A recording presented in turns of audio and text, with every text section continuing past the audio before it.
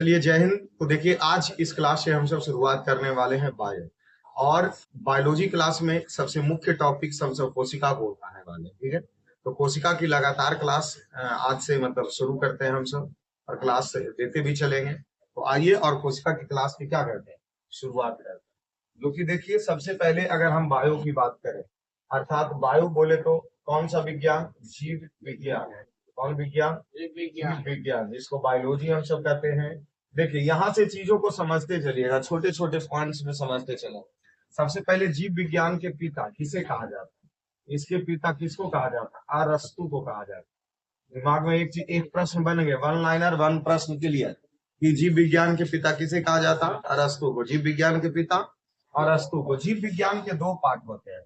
जीव विज्ञान के दो पार्ट होते हैं, एक होता है जंतु विज्ञान, एक होता है जंतु विज्ञान, और एक होता है पादप विज्ञान। एक होता है जंतु विज्ञान और दूसरा का होता है पादप विज्ञान। जो कि देखिए जंतु विज्ञान, जिसको हम सब इंग्लिश वर्ड में हम सब जूलॉजी बोलते हैं। इंग्लिश वर्ड में क्या बोलते हैं? जूलॉजी। इंग्लिश वर्ड में जूलॉजी बोलते हैं। क्या बोलते हैं?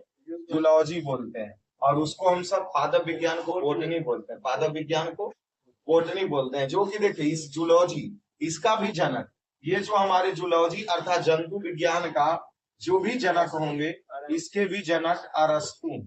इसके जनक जूलॉजी विज्ञान अर्थात जंतु जंतु विज्ञान के जनक कौन हो गए? अरस्तु। जबकि पादप विज्ञान के जनक थियोफ्रेटस होते हैं। पादप विज्ञान के पादप विज्ञान के जनक कौन हो गए? थियोफ्रेटस।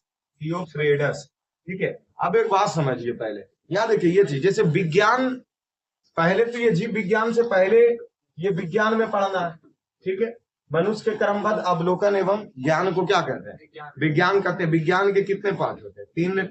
कौन से हो गए? Biology, chemistry, physics. बायो का मतलब जीव विज्ञान, फिजिक्स का मतलब भौतिक विज्ञान, केमिस्ट्री का मतलब रसायन विज्ञान। जो कि इस साइंस का ही एक बुक है, जीव विज्ञान अर्थात बायोलॉजी। देखिए बायोलॉजी को काफी अच्छा विस्तार पूर्वक अध्ययन के लिए हम पूरी बायोलॉजी को दो पार्ट में बांटते हैं, ठीक है। एक पार्ट में ऐसा बांटे कि जिसमें जितने भी जीव जंतु है उसका अध्ययन अगर करेंगे तो उसको कौन विज्ञान में करेंगे? जैसे कीड़ा मकोड़ा, वायरस से लेके मनुष्य से लेके हाथी से लेके घोड़ा, जितने भी जीव जंतु आपको नजर आ रहे हैं उसको किसमें अध्ययन करेंगे? जंतु विज्ञान में। और जंतु विज्ञान के जनक किसको कहा जाता है? अरस्तु को। जबकि बायोलॉजी के जनक अर्थात जीव विज्ञान के जनक अरस्तु को। पादप विज्ञान, इसमें जितने भी पेड़ पौधे, क्योंकि पेड़ पौधे भी एक जीव ही है, बशर्ते सिर्फ वो एक स्थान से दूसरी स्थान जा नहीं सकता, अपने स्थान नहीं बदल सकता। तो पादप विज्ञान में बाकी पेड़ पौधे का अध्ययन अगर हम करेंगे तो कहाँ करेंगे?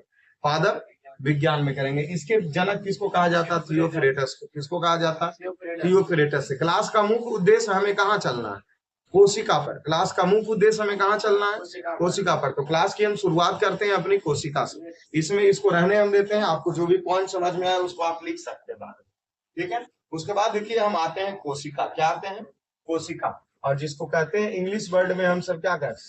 सील। कौन सी होता है? सी डबल एल, ठीक है। कोशिका क्या कहते हैं? कोशिका। समझो हमारी बात। कोशिका से पहले वन लाइनर 10 प्रश्न, उसके बाद क्या है कोशिका, क्या नहीं है कोशिका, वो बाद में देखेंगे। तो कोशिका के नाम सुनते ही हमारे दिमाग में 10 प्रश्न आना चाहिए, एकदम वन लाइनर प्रश्न। सबसे पहला प्रश्न, इसकी खोज किसने किया? कोशिका की खोज कौन किया? Robert Hooke. Robert Hooke. कोशिका की खोज रॉबर्ट हुक कब किया? 1665। कोशिका की खोज रॉबर्ट हुक ने कब किया? 1665। कोशिका की खोज रॉबर्ट हुक। कोशिका की खोज रॉबर्ट हुक किसने किया? Robert Hooke. कब किया? 1665। देखो ये जो कोशिका की खोज किया था, ये जो कोशिका की खोज किया था वह एक मृत कोशिका।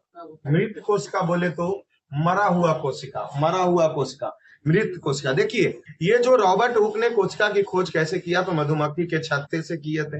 ये चीज हम आपको बताए थे, ठीक है। मधुमक्खी के छत्ते से इसमें किया था। लेकिन कोशिका की खोज किया किसने? Robert Hooke. कब किया? 1665 ईस्वी में। कब किया? 1600। लेकिन ये कैसी कोशिका थी? मृत कोशिका थी। लेकिन अगर यही चीज हमें पूछ दिया जाए, जीवित कोशिका, जीवित कोशिका, जीवित कोशिका मतलब जिंदा कोशिका, जबकि रॉबर्ट हुक ने कैसी कोशिका की खोज किया? मृत कोशिका। जबकि जिंदा कोशिका ल्यूवेन हुक, कौन किया?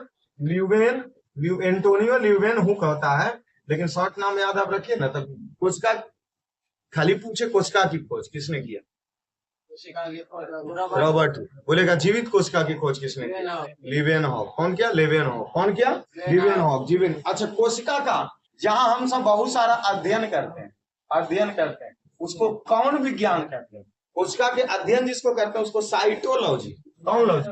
कोशिका के अध्ययन साइटोलॉजी। कोशिका का अध्ययन साइटोलॉजी। कोशिका का अध्ययन साइटोलॉजी। कोशिका की खोज रॉबर्ट हुक कब किया? 1665। जीवित कोशिका की खोज लीवेनहॉफ। कोशिका के अध्ययन साइटोलॉजी। कोशिका के अध्ययन साइटोलॉजी। देखिए, कोशिका सिद्धांत किसने दिया? कोशिका सिद्धांत किसने दिया? कोशिका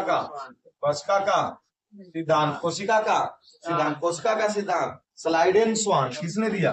स्लाइडेन। जबकि दो व्यक्ति है, स्लाइडेन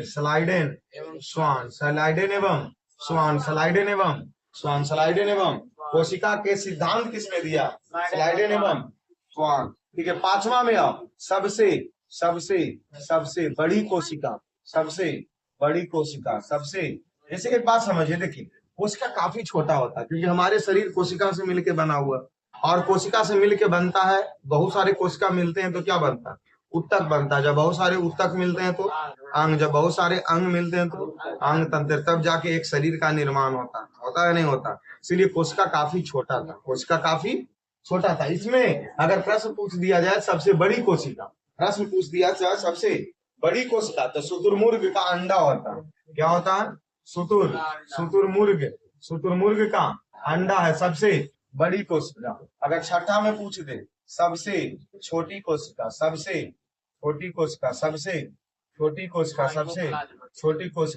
माइक्रो प्लाज्मा। सबसे छोटी कोशिका माइक्रोप्लाज्मा। अगर यही चीज स्पेशल मनुष्य में पूछ दे, मनुष्य में सबसे छोटी कोशिका, मनुष्य में सबसे बड़ी कोशिका, मनुष्य में सबसे लंबी कोशिका, हमारा शरीर मनुष्य में न है, आप ही न है। सबसे लंबी कोशिका तंत्रिका तंत्र, सबसे लंबी कोशिका तंत्रिका तंत्र, सबसे लंबी कोशिका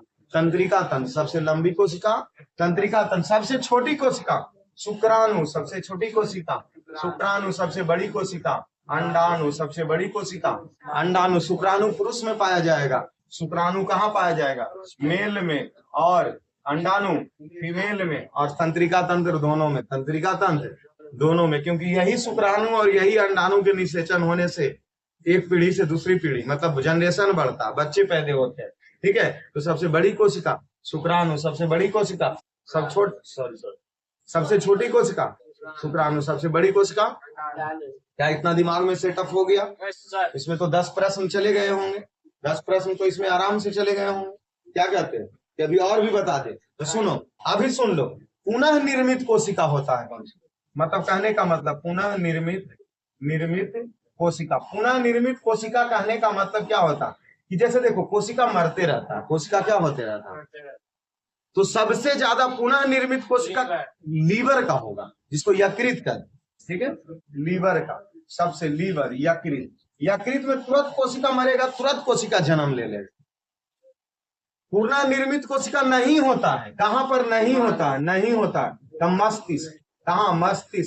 मस्तिष्क। अरे भाई लिखा गया, दिमाग जिसको कहते हैं, जिसको क्या कहते हैं? दिमाग। इसीलिए कहा जाता कि एक बार अगर दिमाग में चोट लग गए तो बेड़ा पार, क्योंकि मस्तिष्क वाला कोशिका का भी रिपेयरिंग, जैसे हाथ है कौन सी, हाथ अगर चुरा गया तो कोशिका मर के काला हो जाएगा। आसपास वाला कोशिका तुरंत एक्टिव होकर के उसको हटावे का प्रयास करेगा, इसीलिए वो देखता है वो अपशिष्ट एक अंग हो जाते, बाद में हट जाता है। लेकिन ये मस्तिष्क का कोशिका कभी रिपेयरिंग होवे नहीं करता। एक बार लाठी से अगर लग गया, खोपड़ी पार होकर दिमाग की कोशिका क्षतिग्रस्त हो गया, तो दोबारा मस्तिष्क की कोशिका नहीं बन। इसलिए सबसे बचा के अगर जीवन में रखना है तो किसको रखना? इसलिए मस्तिष्क को हेमलेट क्यों लगाने के लिए बोला जाता है। इसीलिए हाथ तुम्हारा टूटेगा, हड्डी जुट जाएगा, हमारे शरीर में पूरे निर्माण तो बना हुआ किससे है? कोशिका से ही है। पूरे शरीर बना हुआ किससे है? लेकिन बहुत सारे कोशिका से है। और हड्डी वाला कोशिका अलग है, मांस वाला कोशिका, लीवर वाला कोशिका, फेफड़ा वाला कोशिका अलग, मस्तिष्क वाला कोशिका। लेकिन सबसे ज्यादा तुरंत निर्मित अगर करेगा तो लीवर के कोशिका है जो तुरंत निर्मित कर लेगा। इसलिए लीवर उबर किसी का देखते हो तुम सब चेंज भी होता है। लेकिन अगर यही चीज मस्तिष्क की कोशिका की अगर बात कर ली जाए तो वह पुनः निर्मित, एक बार चोट लग गया। अच्छा, ये पुनः निर्मित कोशिका का मतलब समझ रहे हो? कोशिका का निर्माण होना, कोशिका का निर्माण होना। अच्छा, अगर हमारे शरीर की बात सोचो, अगर शरीर में कोशिका ज्यादा निर्माण होने लग जाए, सोचो क्या होगा? जरूरत से ज्यादा सभे अंग के कोशिका बड़ा होगा तब, नहीं तो अगर हो सकता है कि हड्डी का कोशिका बड़ा होने लगे। कब? मान लो कि हमारा हाथ गया टूट गया, बैंडेज करवाने, तो एक हड्डी दूसरे हड्डी तक चिपकेगा पहले, तबे ना वो काम अंग करेगा। तो वहां का कोशिका तो मर चुका था क्योंकि हड्डी टूट चुका है। तो हड्डी टूटा, उसको प्लास्टर उलस्टर मार के बैंडेज कर दिया। अब है कि जहां पर की कोशिका हड्डी वाला कोशिका था, तो हड्डी वाला कोशिका नया कोशिका बनाएगा उतना ही जितना जरूरत है। अगर जरूरत से ज्यादा हड्डी कोशिका बना दिया तो हाथे नहीं मुड़ेगा या चाहे बड़ा हो जाएगा। समझ रहे हो? मांस वाला कोशिका ज्यादा मसल्स अगर बनाने लग जाए तो एगो एने इतना को लटक जाएगा, एगो एने लटक जाएगा, एगो एने लटक जाएगा, क्योंकि जरूरत से ज्यादा कोशिका बना रहा है शरीर, तो इफेक्टेड करेगा। इसलिए जितना जरूरत है उतना ही कोशिका का निर्माण होता है। हथौड़ी मार रहे थे पंक्चर बनावे गुरे, क्या जाने मारे के टायर पर मार लिए हाथे पर, ठाई दो एकदम जेजा लगा हो जाके कोशिका खत्म, तुरंत काला। ये बात पता किसको चला? तंत्रिका तंत्र के माध्यम से सूचना पहुंचा। कहाँ? क्या कर रहा? चोट लग गया, डर के रगड़ ले। अब है कि ये वाला कोशिका गया, क्या हो? तुरंत इस सूचना जब दिमाग को पहुंचा तो पूरे शरीर में उथल पुथल। अगर तुमको खतरनाक वाला चोट लग गया, मोटरसाइकिल एक्सीडेंट हुई, अब मान लो कि कहीं पर चोट एकदम खतरनाक लग गया, वहां का कोशिका अगर डेड कर गया तो तुरंत पसीना आ जाएगा पूरे शरीर में। इसका रीजन क्या होता है? जहां के कोशिका मरा, जहां तुमको चोट लगा, वो तुरंत सूचना पहुंचाया किसको? मस्तिष्क। अब मस्तिष्क सबको जगाने में लग गया, पूरी शरीर की कोशिका को। अरे तुम सब कर क्या रहा है? यहाँ तो कांड एगो हो गया है शरीर में, तुम सब सुतल है अभी तक कहाँ? पूरा कोशिका एकदम उथल पुथल हो जाएगा और इसीलिए पूरा पसीना चलने लग जाएगा, क्योंकि कोशिका समझ ही नहीं आएगा कि उसको रिपेयरिंग कैसे करे, जाके मरम्मत कैसे करे एक कोशिका दूसरे कोशिका को। कोशिका जब पूरा उथल पुथल होगा, पसीना चलेगा, हल्का सा गर्मी आ जाएगा, मतलब बुखार नियन लग जाएगा, पूरा कोशिका एकदम तैयार हो लगे, बंदूक नियन खड़ा हो जाएगा वहां पर। जैसा शरीर डैमेज हुआ हो सकता है उसको रिपेयरिंग होने में 1-2 दिन समय भी लग जाए, होबे ना करता जब काफी खतरनाक चोट रहे। और रिपेयरिंग होवे वाला कोशिका तर चोट लगा है रिपेयरिंग होगा। तो हाथ टूट गया है, लेके ओकरा ऐसे घूम रहे हैं, तो कोशिका हो जाए वाला रिपेयरिंग का मौका ही नहीं दे रहा उसको। डॉक्टर क्या करेगा? हाथ वाला कोशिका टूटा, बोलेगा रुक, सीधा किया, उसको इंजेक्शन उजेक्शन दे करके सील करके, उसके बाद सीधा करके उसको घुमा दिया और जगह पर अपना फिट कर दिया। बोला 20 दिन पकड़ ले रही है। कोशिका के निर्माण के लिए वो टैबलेट दे रहा, टैबलेट दिया, हड्डी वाला कोशिका का निर्माण हुआ, हड्डी जुट गया, बोला आइए प्लास्टर काट दे। तो केजो के कोशिका अगर मारा तो ये सूचना पूरी शरीर की कोशिका को पता चल रहा है कि जो कोई कोशिका मरा है। कर क्या रहा? जल्दी से ढूंढो केजा वाला मरा, तो देखिए अरे हाथ वाला मरा ले, खाई दो, एकदम सबका दिमाग इसी पर जाएगा। उसी जो कोशिका उथल पुथल होने में ना पसीना चलने लग जाता, पसीना के बाद हो सकता बुखार भी आ जाता है। ये सब कोशिका का खेला, इसलिए हथौड़ी चलाना था संभाल के दे।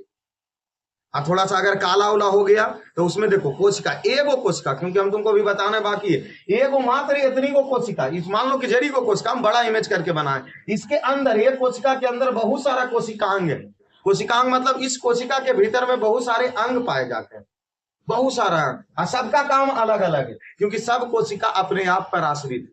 किसी के बाबूजी के बनबल खाना नहीं खा रहा, अगर ये जो भी अगर ये उन्हीं के कोशिका अगर एक होगा ना, एक कोशिका छोटी सी कोशिका वो भोजन अगर बना रहा तो खुद बना रहा, बगल वाला कोशिका से मतलब उसको नहीं है। यह पूरी कोशिका में भोजन बनाना काम है, गलती से रिपेयरिंग करना काम है, इसको कंट्रोल करना काम है, सब कोशिका के अंदर ही 2-4-8 को मशीन है, 2-4-8 को कोशिकांग है, वो सब कोशिकांग पढ़ना है। अभी पहले इतना ये पुनः निर्मित वाला बात समझ में आ गया ना? निर्मित वाला चीज क्लियर है, इतना कंप्लीट है। एक बार रिपीट फिर से कर दे। कोशिका, जीव विज्ञान के जनक अरस्तु को, जीव विज्ञान के जनक, जीव विज्ञान के कई पार्ट? 2 पार्ट। कौन कौन से? जंतु और पादप, जंतु और पादप। जंतु के जनक अरस्तु, जंतु के जनक, जबकि पादप विज्ञान के जनक थियोफ्रेटस, पादप जनक के जनक थियो। इसमें पढ़ रहे हैं क्या? कोशिका। क्या पढ़ रहे हैं? कोशिका। कोशिका की खोज किसने किया? Robert Hooke. कब किया? 1665, जो कि एक मृत कोशिका था। जीवित कोशिका की खोज किसने किया? जीवित कोशिका की खोज लिवेनहॉफ। कोशिका के अध्ययन, कोशिका के अध्ययन कौन? Logy, cytology. कोशिका के अध्ययन, कोशिका सिद्धांत, स्लाइडेन एवं स्वान। सबसे बड़ी कोशिका शुक्रमूल का अंडा, सबसे छोटी कोशिका माइक्रोप्लाज्मा। मनुष्य में सबसे बड़ी कोशिका अंडाणु, सबसे छोटी कोशिका शुक्राणु, सबसे लंबी कोशिका तंत्रिका तंत्र। पुनः निर्मित कोशिका यकृत, पुनः निर्मित वाला नहीं कोशिका मस्तिष्क। इसलिए जीवन में बचा के केकरा रखो कि जो के कोशिका रहेगा रिपेयरिंग हो सकता, लेकिन दिमाग के कोशिका का रिपेयरिंग नहीं हो सकता। अब एंट्री आ जाए कोशिका पर। अब एंट्री किस पे चले? कोशिका पर। सुनो, करते हैं तुमको लेकर के कोशिका पर। एक हम छोटी सी कोशिका का इमेज बना रहे हैं, ठीक है? ये रहा हमारा कोशिका, ठीक है? बहुत बड़ा बनाते नहीं, थोड़ा सा छोटा बना। ये रहा कोशिका हमारा, समझ लो, ठीक है? कोशिका हो गया हमारा। इस कोशिका के अंदर बहुत सारे कोशिकांग पाए जाते। सबसे पहले इस कोशिका में तुमको हमको सबसे पहले दिमाग लगाना है प्लाज्मा। तो हमको भी लग रहा है कि हम कहीं गलती तो नहीं लिखे। प्लाज्मा, बात समझो, होगा क्या? एक कोशिका के अंदर बहुत सारा मटेरियल भरा हुआ है, बहुत सारा कोशिकांग भरा हुआ है। एक कोशिका के अंदर हम क्या बोल रहे हैं? बहुत सारा कोशिकांग, मतलब उस कोशिका के अंदर बहुत सारा अंग है, छोटे छोटे, ठीक है? अब वो अंग है तो कहीं छितिर बितिर नहीं हो जाए, इसके लिए एगो झिल्ली तो चाहिए था। तो इसीलिए इसके चारों तरफ कोशिका के एक आवरण होता है, जिसको हम सब क्या कहते हैं? कोशिका झिल्ली कहते हैं, कि ताकि अगर अंदर के मटेरियल अंदरे रहे। इसलिए एगो क्या बना? कोशिका झिल्ली बना। देखिए स्पेशल हम बता रहे हैं किसके बारे में? कोशिका झिल्ली के बारे में। अभी इसके अंदर क्या है क्या नहीं है उससे मतलब हमको, हम ही बोल रहे हैं कि एक अंदर में बहुत सारा पाक पुर्जा और लिक्विड द्रव्य भरा हुआ है, बहुत सारे अंग है। एगो कोशिका के अंदर की हम बात कर रहे हैं खाली बबुआ। अब उसकी सुरक्षा के लिए एगो बाहरी आवरण चाहिए था, बाहरी एगो आवरण, जिसी को नाम दे दिया गया क्या? प्लाज्मा। और यह प्लाज्मा झिल्ली बना होता है लिपिड प्लस प्रोटीन का, लिपिड एवं प्रोटीन का। पहला पॉइंट, प्लाज्मा झिल्ली किसका बना होगा? प्लाज्मा झिल्ली किसका बना होगा? लिपिड एवं प्रोटीन का। सुनो, प्लाज्मा झिल्ली एक अर्धपरागमय झिल्ली, अर्धपरागमय झिल्ली मतलब मटेरियल अंदर बाहर आ जा सकता है। पूछो कैसे? जरूरत के हिसाब से। ये जब वाला हमारे कोशिका गया मर, अब मटेरियल अगर अंदर बाहर नहीं आता तो ओकर बगल वाला पड़ोसिया कोशिका उसको ठीक कर पाता। जैसे ये वो कोशिका, ये जो कोशिका, ये कोशिका डेड कर गया, इसको नष्ट भी करना, शरीर से बाहर भी करना है। तो नष्ट और बाहर करने का काम ओकर बगल वाला कोशिका करेगा। तो बगल वाला कोशिका के जब दीवाले टाइल्स लगा के चिकना अगर होले, कोई माल बाहर मटेरियल अंदर बाहर आइए नहीं जा रहा, तो बगल वाला कोशिका को रिपेयरिंग कर पाएगा? नहीं कर पाएगा। इसलिए इस कोशिका में क्या पाई जाती है? अर्धपरागमय झिल्ली, जो कि मटेरियल को अंदर बाहर आने जाने दिया जा सकता है, लेकिन बबुआ जरूरत के हिसाब से। अगर गलती से अपने मन मर्जी चल के सभ्य कोशिका के मटेरियल एने ओने बाहर होवे लग जाए, मतलब तू समझ लो कि अभी से यहाँ बात तय हो जाए कि कोई के कोई घर में कोई व्यक्ति जा सकता है, उतना दूर कोई जाएगा? बगले में घुस के खा पी करके निकल जाएंगे। केकरा ही कभी एरा ही कभी ओरा ही के जाके सुतल रहेंगे, केरा ही खा लें, मतलब कोई आते पता नहीं रहेगा, बोलेगा फलानमा कहाँ आते, की पता क्या ही होगा यार कितना घर में। वही वाली बात है कि अगर इस कोशिका के अंदर का मटेरियल अगर आने जाने का सबको आजादी अगर दे दे, तो पता चला इस कोशिका का भाग ई कोशिका में पहुंचल रहेगा, ओकर भाग हो जाता, चोरी डकैती लूट कांड बहुत सारा होगा। आंख वाला कोशिका पहुंच जाएगा नाक में, कहेगा देख दिखाई दे रहा था, नाक से क्या दिखाई दे रहा। कान वाला कोशिका पहुंच जाएगा हाथ में, सुन इज्जा से सुनाई दे रहा। अरे पूरी कोशिका व्यवस्था चाहिए, और उस कोशिका के अंदर जो अंग है वो भी व्यवस्थित चाहिए। तो इसीलिए यहाँ से, लेकिन कुछ कुछ मामला आ जा, जैसे पड़ोसियां ही नमक कम गया सब्जी बनावे उड़ित नहीं कहते, अच्छा 2 चम्मच दे दो नमक, फिर लाएंगे तो तोरा पैसा पानी नहीं चलता है, चलता है या नहीं चलता। गलती से बगल वाला पड़ोसिया के घर में कोई रहबे नहीं करे, तो दीवार ढकेलते ढकेलते ढकेलते तोड़ते तोड़ते होकर घर में घुस जाता। और पहले जमीन का कब्जा वैसे ही ना होता था, एक आदमी उदमी आबादी का में जेरा रहे वाला जगह जमीन है कोई ठिकाने नहीं, तो लाओ ऐसी करते करते उसका हड़प नीति से हड़प नीति। वही वाली बात, अगर बगल के कोशिका मर गया तो इसको तो हटाना है, वो बगले वाला ना हटाएगा। तो जरी मनी आजादी भी चाहिए, मतलब ज्यादा आजादी नहीं चाहिए कि आज सन्नी जाके पड़ल है तो कल कहीं और गए, परसों 2 बीघा परसों 9 बीघा कहीं और गए, कोई आते पता नहीं है। हाँ जब वो अगर वो डेट कर गया नहीं है कोई मतलब, तो जाओ जाओ उसको हटाओ, उसको खत्म करो। कुछ कुछ आ जा सकता है पदार्थ, इसीलिए ये कैसा झिल्ली है, अर्ध परागमय झिल्ली, अर्ध। अच्छा सुनो, यही जो झिल्ली है, यही जो प्लाज्मा झिल्ली है, वो अगर कहेगा सुन देख छटपटा नहीं दे, हम एगो निश्चित आकार दे के रखेंगे, नहीं तो तू सब पता चला कि ऐसे कुछ का होता, ऊपर मन होता तो कहता हम ऐसे रहेगा, कहेगा चले बोले रहा हम तोरा एक निश्चित आकार देने का काम करेगा कौन, प्लाज्मा। तो यहाँ क्या हम लिखेंगे, कौन सी देता है, निश्चित आकार अगर देता है तो कौन देता, प्लाज्मा झिल्ली। निश्चित आकार देता है तो कौन देता है, साथ में इसके अंदर में जितना बहुत सारा कोशिकांग है, कोशिकांग मतलब कोशिका के अंदर अंग, वो कोशिकांग कह रहे हैं, तो कोशिकांग को सुरक्षा देने का काम भी क्या करेगा, कोशिकांग की सुरक्षा। नहीं अगर सुरक्षा ही नहीं देता तो बगल वाला आके कोशिका पर अटैक कर देता, दीवार काल मजबूत करते प्लास्टर करते हैं कि पड़ोसी कहीं खोद खाद के कोई सामान चुरा न ले। तो ये कोशिकांग का भी तो काम है, इसके अंदर के जितने भी अंग है इसको सुरक्षा देने का कार्य कौन करेगा, प्लाज्मा झिल्ली। कौन करेगा, प्लाज्मा झिल्ली। कौन करेगा, प्लाज्मा झिल्ली। अच्छा सुनो, अब हम बोल रहे हैं कि इस झिल्ली से आवागमन होगा, क्योंकि कुछ चीजें को आने देगा और कुछ चीजों को, तो पहले ही हम बता रहे हैं। तो ये आने जाने का काम 2 तरीका से होने देता है, एक होता है विसरण, एक होता है विसरण, ठीक है, और दूसरा होता है परासरण। अगर ये कोशिका में रूल है कि अगर कोई गैस आना जाना चाहता है, जैसे O2 और क्या बोले थे CO, क्योंकि खेला तो 2 चीज पर है, भोजन बनाने के लिए ऑक्सीजन चाहिए, अब भोजन बन गया के बाद जो अगर छोड़ेंगे तो वो कार्बन डाइऑक्साइड होगा। तो अब है जो भोजन बनाने के लिए ऑक्सीजन और छोड़ने के लिए CO, तो इसके अंदर भी भोजन बनेगा, तो इसको चाहिए ऑक्सीजन, तो बोलेगा लो ऑक्सीजन तुमको हम देते हैं। जब भी भोजन बना लिया तो बोला हम बना लिए, तो बचा को चाहिए अवशिष्ट, कहा CO2, तो ले जाओ बाहर। तो इसे आने जाने के लिए जो विसरण प्रक्रिया के द्वारा CO2 और O2 जाता है, जो कि जाता कैसे है, उच्च सांद्र से निम्न सांद्र। कोई दिक्कत है अभी तक समझने में, उच्च सांद्र से निम्न सांद्र। ये देखिए ये परासरण विधि भी होता है, लेकिन परासरण जैसे विसरण में वायु न हो रहा था या गैस न हो रहा था, अब परासरण में होगा क्या, द्रव। अच्छा कोई का इरादा है कि ठोसों को भेजना है, मैं एगो कोशिका के ईंटा पत्थर ठूस के खिला देना है, थोड़ू वो मांस खाए लगी, कोई की जरूरत है उसके लिए, अरे उसको जिंदा रहने के लिए वायु चाहिए और पानी चाहिए, तो गैस चाहिए और द्रव चाहिए।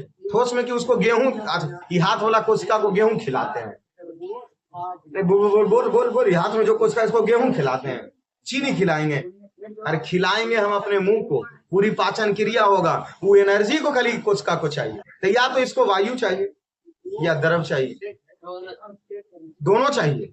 तो वायु जाएगा कौन विधि के द्वारा, और द्रव जाएगा कौन विधि के द्वारा, सुनो, ये परासरण विधि द्रव को भेजता है। देखिए परासरण भी 3 तरीके के होते हैं, अगर तुमको याद होगा तो हमको बताओ।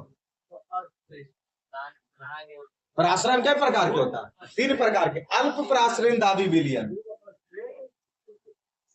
एक सम परासरण दाबी विलयन, क्योंकि परासरण कितने प्रकार के होंगे?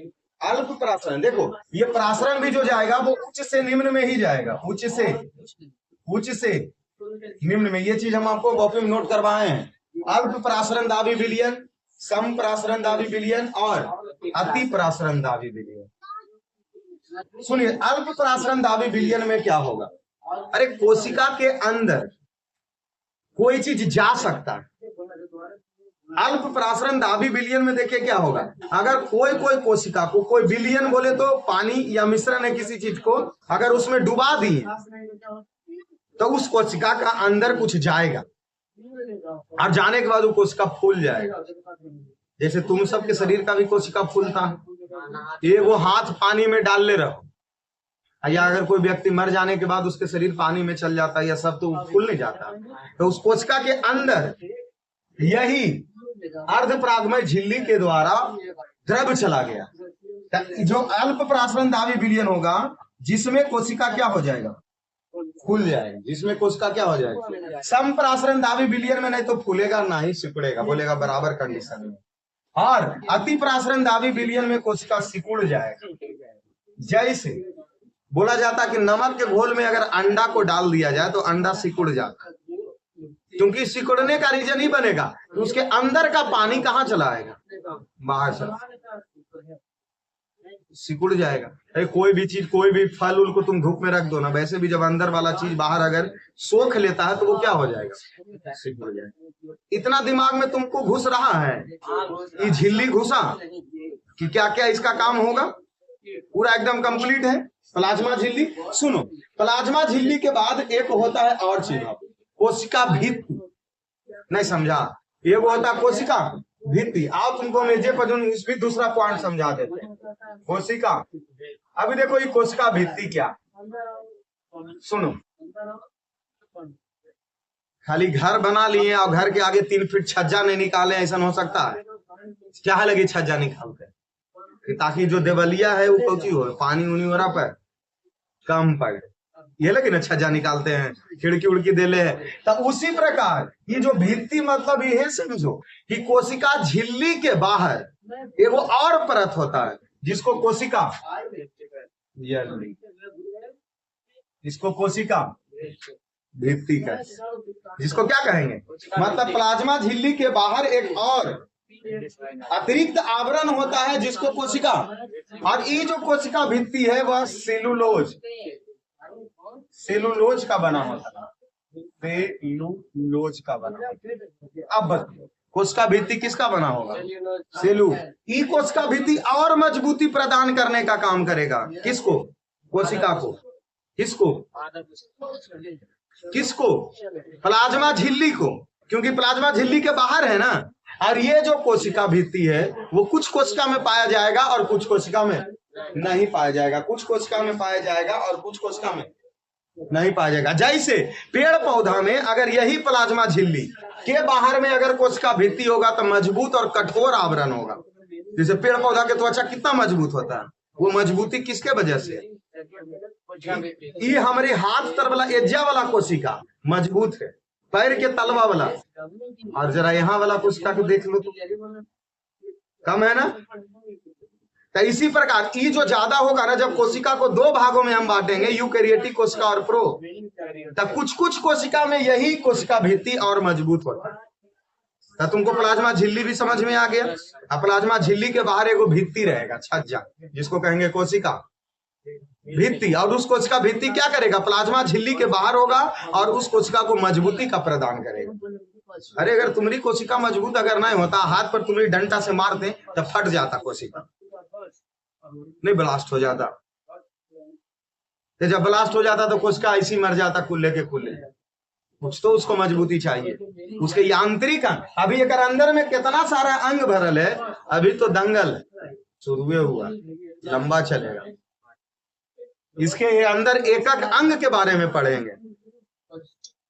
सोच लो, हम तो तुमको सोचने पर एक ही चीज मजबूरी करेंगे कि पूरे शरीर में तुम एगो अंग के मात्र एगो जरी को दृढ़ को पढ़ रहा है, कौची के कोशिका के, और वो कोशिका के अंदर इतना खेला सामान और उसके अंदर बहुत सारे अंग पावल जा रहा है। तो बाकी के अब मिलेंगे नेक्स्ट क्लास।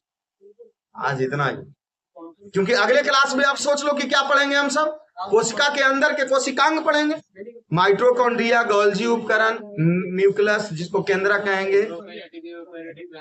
अभी नहीं, पहले हम इसके अंदर वाला बात पढ़ लेंगे, उसके बाद डिफिनेशन ये अंतर करेंगे, ठीक है। तो चलिए इस क्लास में इतना ही, बाकी पार्ट 2 का इंतजार कीजिए। कोशिका के बारे में क्या बताएं, कोशिका के बारे में हमने क्या बताए थे, तो हम यही बोले थे ना कि कोशिका का खोज 1665 ईस्वी में रॉबर्ट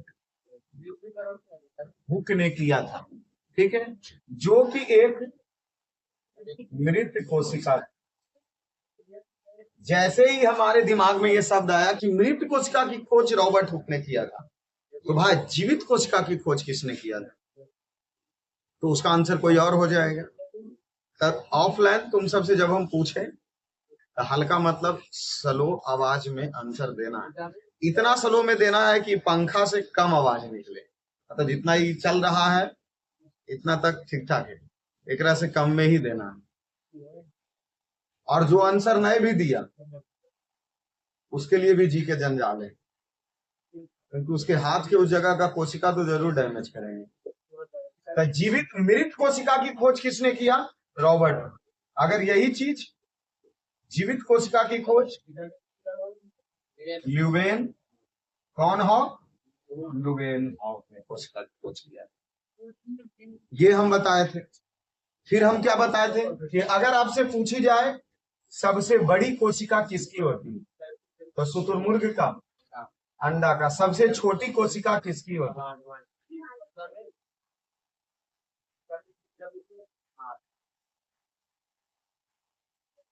सबसे छोटी कोशिका किसकी होती है, सोच। अभी तक हमें लग रहा आंसर गलत है, सही बोल रहा।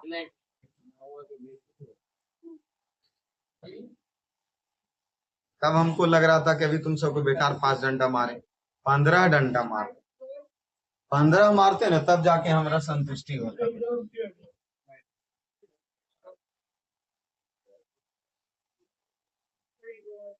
कोशिका की खोज कब किया, जो कि मृत कोशिका था कि जीवित कोशिका था, जीवित कोशिका की खोज किसने किया, सबसे बड़ी कोशिका केकर अंडा, सबसे छोटी कोशिका। अगर यही प्रश्न पूछता मनुष्य में सबसे छोटी कोशिका, तो शुक्राणु, जो कि किसके पास है, पुरुष या मेल या फीमेल,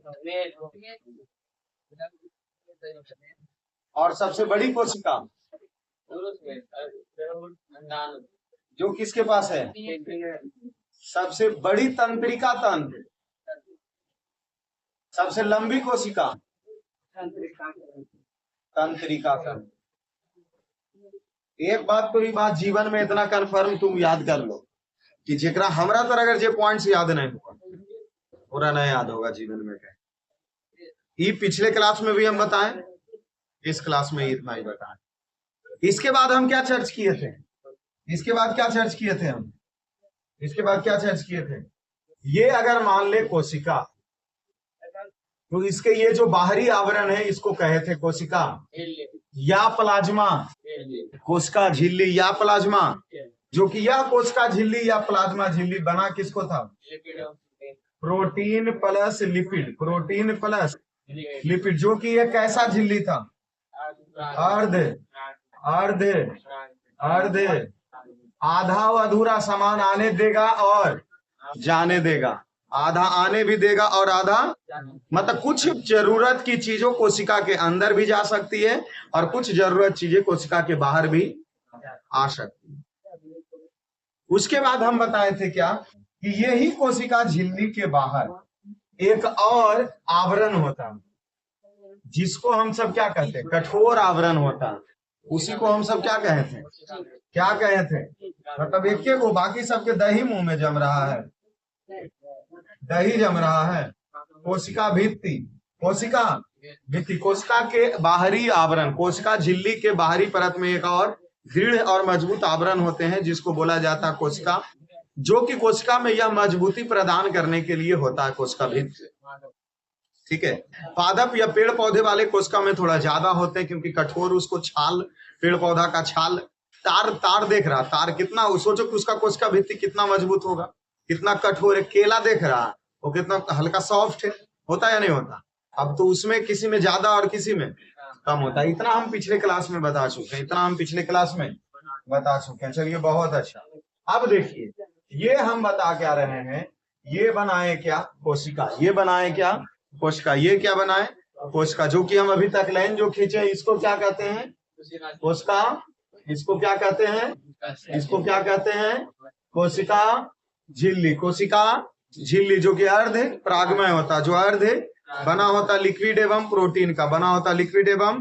कोशिका को आकार देने का काम करता है कौन, प्लाज्मा झिल्ली। कोशिका को आकार देने का काम करता है कौन, नहीं तो ये पचक के चिपक जाएगा, एक कोशिका दूसरी कोशिका में सट जाता, लेकिन ये इसको एक आकार देने का प्रदान भी करता है। देखिए इसके अंदर एक अंग होता है, इसके अंदर एक अंग होता है, इसके अंदर एक नहीं बहुत सारे कोशिकांग होते हैं, एक मोटी सी बात। लेकिन अब कोशिका के अंदर बहुत सारे कोशिकांग होते हैं जिसमें हम सब कोशिकांग को तो एक ही बार पढ़ नहीं सकते। तो सबसे पहला हम पढ़ना शुरू किए माइटोकॉन्ड्रिया, सबसे पहले हम पढ़ना शुरू किए माइट्रो, मतलब कोशिका के अंदर। सोच लो एक तो बेचारा है जरी को अपने को 1.5 बित्ता भर के भुतुनी को भर, उसके अंदर पावल जा रहा कौन सी माइट्रो, माइट्रो, उसके अंदर एम लिख दिए, इसका मतलब माइट्रो, माइट्रो, माइट्रो, माइट्रोकॉन्ड्रिया। इस माइट्रोकॉन्ड्रिया,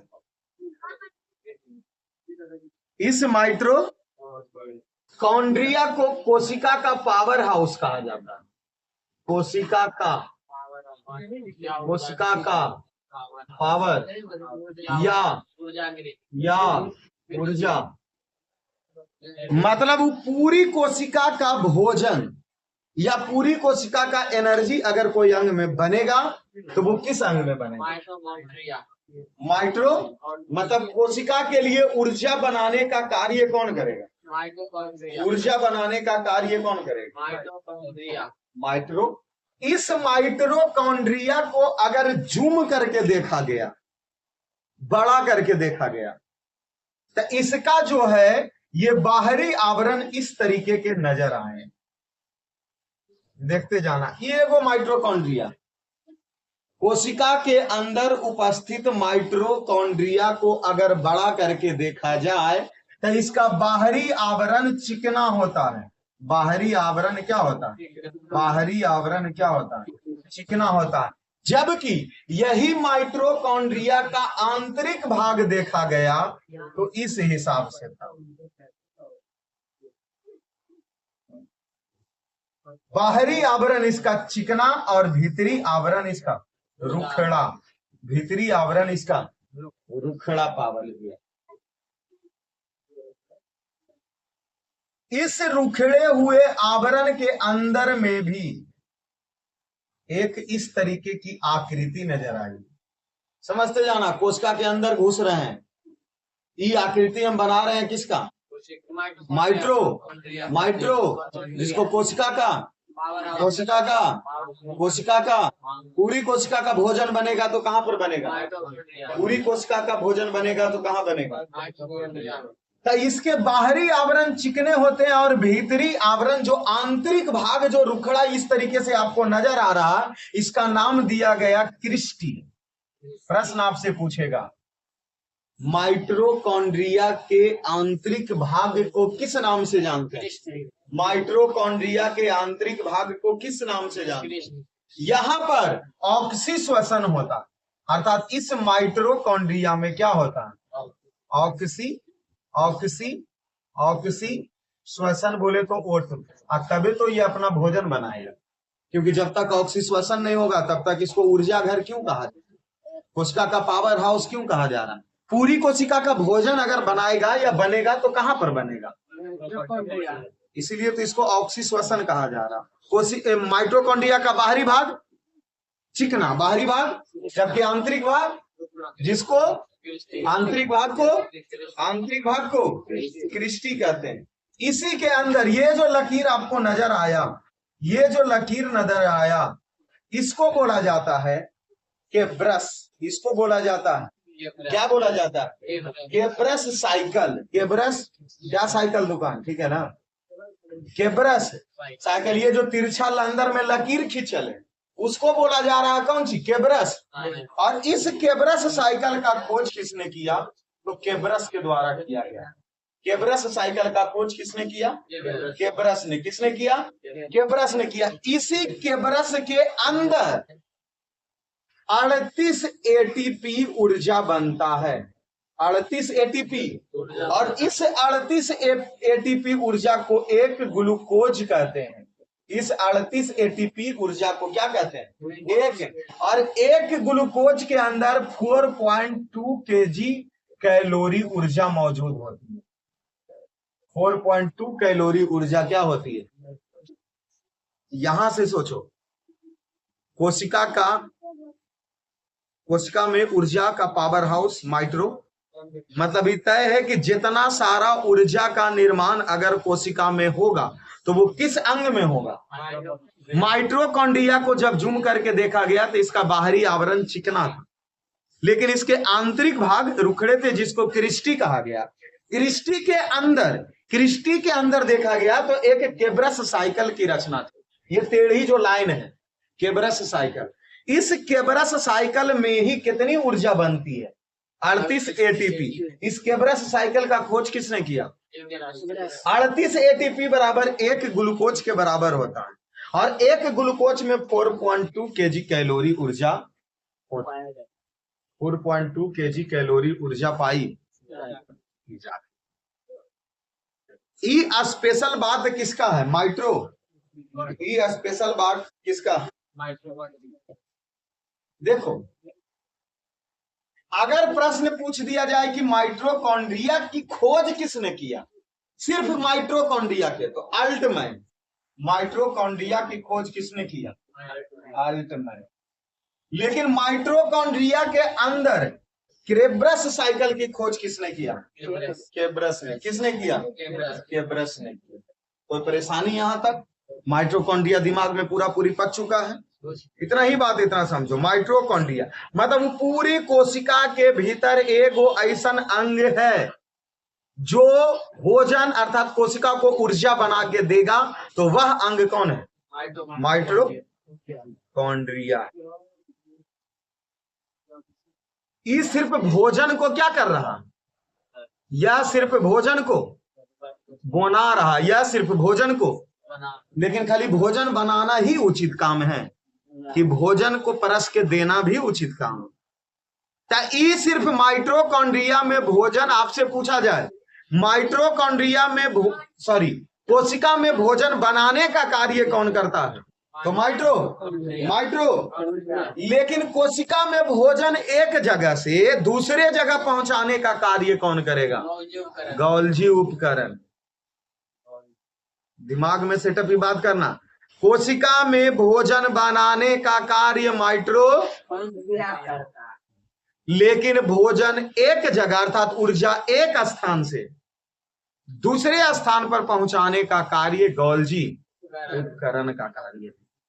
इसलिए माइटोकॉन्ड्रिया अब तुम दिमाग में बन चुका है। सुन लीजिए, इस माइटोकॉन्ड्रिया के अंदर अभी एक बात और समझ लो। इस माइटोकॉन्ड्रिया के अंदर तरल पदार्थ पाए जाते हैं। इस तरल पदार्थ को मैट्रिक्स कहते हैं। इस तरल पदार्थ को मैट्रिक्स कहते हैं। अर्थात क्रिस्टी किसमें डूबल रहेगा? मैट्रिक्स। क्रिस्टी किसमें डूबा हुआ रहेगा? क्योंकि मैट्रिक्स एक तरल पदार्थ। इतना दिमाग में फिर से हम एक बार रिपीट कर रहे हैं तुम सबको। बबुआ, ई एगो बड़का कोशिका हुआ। कोशिका के अंदर एगो खली अजेकरा देखा कौन? लास्ट बार रिवीजन है। कोशिका के अंदर माइटोकॉन्ड्रिया को किसने देखा? जब इसको जूम करके देखा गया तो इसका बाहरी भाग, अंदरी भाग, इसके अंदर में वो द्रव भरल था, इसका जो रुखड़ा भाग है उसको क्रिस्टी के अंदर देखा गया। इसकी खोज, इसका काम ऊर्जा बनाना, जो कि एक ग्लूकोज के कितना कैलोरी ऊर्जा? ये जो क्रिस्टी है वो डूबल के में रहेगा, क्रिस्टी डूबा हुआ किस में रहेगा? बात इसका काम था भोजन बनाना, भोजन बना दिया। मतलब ये वाली बात एगो नहीं कहा जाता कि घर में अगर खाना बनावे वाला के एगो के रख ले तो आएगा खाना बना देगा, किचन में रख देगा। अब परोसना काम तो जैसे जैसे आदमी आएगा तो मतलब घर के मेंबर्स भी दे देते हैं। क्या कहती हो? कहती हो नहीं, कहता है। कहती हो तो क्यों, तो छोड़ दो, सबको तो दिमागे उतर चुका है मस्तिष्क। माइटोकॉन्ड्रिया पच गया, खाली अभी भोजने बना है। अगर तुम बोलेगा पच गया तो हम बढ़ जाएंगे अगला स्टेप पर। डन है? बढ़ जाए, बढ़ जाए, चलिए बढ़ गए। तो यह बनाए जो रेड खतरा के निशान होता है, इससे मत खेलना करें। लाल 2-3 चीज से इंसान को कभी नहीं खेलना चाहिए। एगो जिसका दिमाग उतर चुका हो, एगो लाल रंग, सब खतरा के निशान है। ठीक है ना? चलिए, यह बना दिए और यह हो गया क्या? देखो भाई, हम माइटोकॉन्ड्रिया सिर्फ लिख दे रहे हैं। रीजन, क्योंकि अगर उसको जूम करेंगे तो कने क्रिस्टी और फेब्रस और मैट्रिक्स दुनिया भर लिखते रहे। इतना दिमाग में बन गया ना कि माइटोकॉन्ड्रिया पढ़ लिए। इस कोशिका के अंदर एक दूसरा अंग होता है जिसको बोलते हैं गोल्जी उपकरण। जिसको क्या बोलते हैं? तो ये हम अभी पढ़ने वाले हैं। कौन उपकरण? गोल्जी उपकरण। कौन उपकरण? गोल्जी उपकरण। पचा लेगा? पक्का ना? तो अब सुनो कि गोल्जी उपकरण का काम में क्या है। अर्थात ऊर्जा को एक स्थान से दूसरे स्थान पर ले जाने का कार्य कौन करेगा? ऊर्जा एक स्थान से दूसरे स्थान पर ले जाने का कार्य कौन करेगा? तो ये इसका पहला काम है। सुनो, इसीलिए तो तुमको हम एक कल स्टेप बता रहे थे। किसमें बबुआ? गोल्जी उपकरण। न लगी रूठ गई तो सबके तो आदतें है वैसे भी रूठना तो नहीं पटेल। देखा? अब सुनो हमारी बात। गोल्जी उपकरण ऊर्जा को एक स्थान से दूसरे स्थान पर ले जाने का कार्य अगर कोई करेगा तो क्या करेगा? क्योंकि पूरी शरीर जो हमारी कोशिका से बना हुआ है और इसमें हमारे शरीर में जिस अंग में ज्यादा ऊर्जा चाहिए, तब माइटोकॉन्ड्रिया के काम है खाली ऊर्जा बनाना, और बना के दे दिया किसको? गोल्जी उपकरण को। गोल्जी उपकरण ले जाके किसको दे देगा? मस्तिष्क को। कहेगा ले जाइए, धड़ाक दर पहुंचा दिया गोल्जी उपकरण किसके पास? अब मस्तिष्क इस बात का डिसाइड करेगा कि अब पूरे शरीर में ऊर्जा किसको चाहिए। शरीर का जिस अंग में ऊर्जा ज्यादा चाहिए, मस्तिष्क उस अंग को ऊर्जा ज्यादा देगा। अच्छा, मस्तिष्क के काम है ऊर्जा बनाना, उसका काम क्या है? खाली ई देखना कि केजा शरीर कौन अंग ज्यादा काम कर रहा है। जैसे भी हमारा मुंह दर्द एकदम करने वाला है, पूरे शरीर में धनाक दबर ऊर्जा कोशिका बना बना के दिमाग को देले है, और दिमाग जबरदस्ती सबको एनर्जी को देले हमारा मुंह और जीभ में। और ये है जो ऊर्जा बर्बाद के लिए तुम सबको समझाने में। अच्छा, लेकिन हमरा ये नहीं समझ में आता, जिसका दिमाग अगर समझ रहे हो ना, समझ रहे हो ना, कि दिमाग से उतर के अगर कहीं और चला जाए फिर उसका कैसे बांटेगा रे? तो गड़बड़ बात है। मतलब कहने का मतलब ही है कि दिमाग अगर जगह घुटना में चला गया, उसका ऊर्जा कैसे डिस्ट्रीब्यूट करेगा?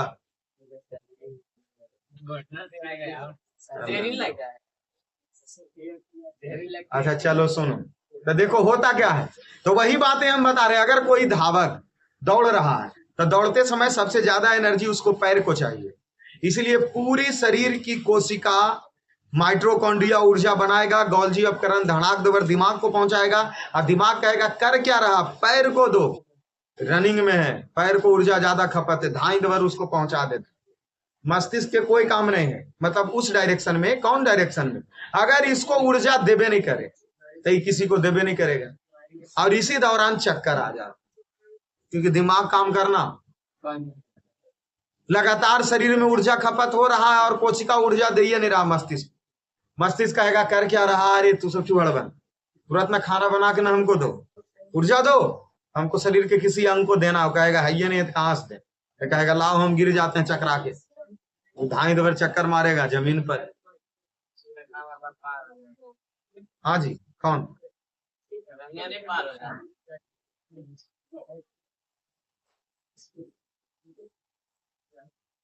तो उनके मस्तिष्क में क्या हो जाएगा, ऊर्जा की ज्यादा खपत है, अब इसीलिए ऊर्जा अगर नहीं मिल रहा तो आ जाता है इंसान को चक्कर, आ जाता है क्या, और इसीलिए जैसे मस्तिष्क को चक्कर आने लगता है ना, तो इंसान कोई भी काम कर रहा है उस काम से वो रुक जाता है।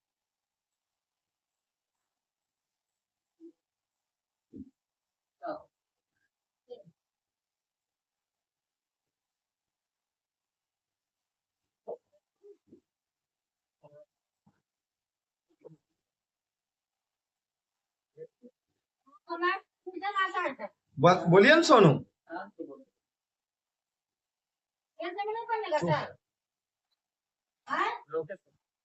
नहीं नहीं नहीं है तो जो मतलब उसी हिसाब से मतलब कह देवल गेले ओकरा में और तो कुछ तो बात ही नहीं है। तो देखियो मस्तिष्क को क्या आने लग जाता है, चक्कर। नहीं दे देते तो अच्छा होता उनको पूरा, क्योंकि मेहनत करते हैं चारा रूम लेकर के हैं, हाँ उनका भी खपत है, तो फिर थोड़ा तो मस्तिष्क को क्या चाहिए। अब है कि शरीर काम करना जब बंद करता है तो दिमाग तुरंत संकेत इस बात को करता है कि देख भैया आराम कर लो तुम, नहीं तो अब अगर गिर गया नाक मुंह दा तो टूट गया ना, तो फिर हमरा मत कहना। इसीलिए लोग व्यक्ति क्या करने लग जाता, रेस्ट करने लग जाता, आराम करने लग जाता। रीजन क्योंकि उसको शरीर में जितना ऊर्जा की खपत है उसको ऊर्जा उतना कोशिका बना करके देता नहीं है। जब बना करके अब हम बता क्या रहे हैं, इस अब जैसे इस हाथ से हम ज्यादा भर कर रहे हैं, लिख रहे हैं, तो पूरे शरीर में हमारे सबसे ज्यादा ऊर्जा पैर की जरूरत है या हाथ को। तब हाथ जब हम लिख रहे हैं चला रहे हैं तो पूरे शरीर का काम है कि उसकी कोशिका उस ऊर्जा को बना के मस्तिष्क को देगा, और ये मस्तिष्क डिसाइड करेगा कि अभी ऊर्जा इस अंगुली को भेजो, क्योंकि सबसे ज्यादा चलना उसको है। अब बाई चांस अगर पूरी शरीर मस्तिष्क को ऊर्जा नहीं देगा तो हाथ में ऊर्जा जब नहीं मिलेगा तो यहाँ से दर्द और यहाँ से दर्द देना, तब मस्तिष्क तुरंत कहेगा कि अब तुम कुछ मत करो, हाथ नीचे कर लो। फिर उस सब कोशिका को डांटेगा, कहेगा कर क्या रहा, क्या कर रहा था, शरीर का एक अंग ज्यादा कार्य कर रहा था, तुम सब बैठ के की कर रहा, तुरंत उसको खाना बना करके दो, तो पूरे फिर से वो एनर्जी में लगेगा और फिर से हमारा हाथ लगेगा, वो नया ठीक सब कुछ का तैयार है, तो फिर से हम इन्हें लिखना शुरू कर देंगे। ठीक है, लेकिन अगर बाई चांस ऐसा नहीं होगा तो स्केच रख देंगे और बैठ जाएंगे चेयर पर, कहेंगे अब हमारा पास एनर्जी नहीं है, क्योंकि पूरी कोशिका थक चुका। दूसरी चीज कि कोशिका को एनर्जी तुरंत अगर मिलेगा तो वो पानी से मिलेगा, इसलिए गटागट पीना भी बहुत। इसलिए इंसान जब ज्यादा थका हुआ रहता है ना तो खाना खाने से पहले उसको पानी की आवश्यकता पड़ता है, कि जब मार लिया एक बोतल जरा सा एकदम मारा, एकदम हाथ भर पूरा शरीर में एकदम फैला, तो उसमें होता क्या है कि माइट्रोकॉन्ड्रिया में उसको जल की ऊर्जा की ज्यादा आवश्यकता पड़ती है, इसलिए पानी वहां तक पहुंचता, पूरे शरीर के कोशिका तक पानी पहुंचता।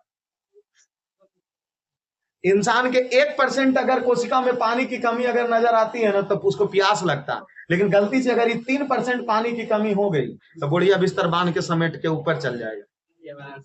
इसीलिए देखता धावक उबक तुरंत डायरेक्ट एनर्जी लेने के लिए पानी के साथ में ग्लूकोज मारता है, क्योंकि सबसे ज्यादा ऊर्जा एटीपी, एक ग्लूकोज अभी बताए थे 4.2 कैलोरी। दिमाग से सोचते जाना, पढ़ेंगे भलू के ही 1 पॉइंट, लेकिन ऐसा पढ़ो ना कि जो हमारे साथ घटना घटता। क्या पानी नहीं पीते हैं, ढेर थक जाते हैं तो मारे गए, 1 लोटा गड़गड़ा के मारे, पूरा एकदम शरीर को एकदम गया, कोशिका तक पानी पहुंच गया, कार्य करना शुरू कर देगा। लगेगा 10 मिनट बैठे थे, देखो झाई आने, तो झाई मतलब आल को चाहिए, चक्रे न है भाई।